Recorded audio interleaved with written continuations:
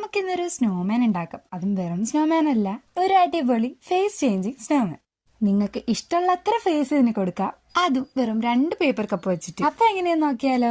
ആദ്യമായിട്ട് 2 paper cup എടുക്കുക. അതിൽ ഒന്നില് ഒരു സ്നോമാന്റെ ഷേപ്പിന് കട്ട് ഔട്ട് ചെയ്തെടുക്കണം. പിന്നെ ആ കട്ട് ഔട്ട് ചെയ്ത ഭാഗത്ത് നമുക്കൊരു സ്കാർഫും ഒരു ഹാറ്റും കൂടെ വെച്ചുകൊടുക്കാം. ഒട്ടിച്ചെടുത്തതിന് ശേഷം നമ്മൾ അടുത്ത കപ്പ് എടുത്തിട്ട് അതിനുള്ളിലേക്ക് വെച്ചുകൊടുക്കുക. ഇനി നിങ്ങൾക്ക് ഇഷ്ടമുള്ള രീതിയിൽ ബട്ടൺസും ഐസും നോസും ഒക്കെ കൊടുത്ത് ക്ലിയർ ആയിട്ട് കുറച്ച് പിക്ചേഴ്സ് വരച്ചെടുക്കാം.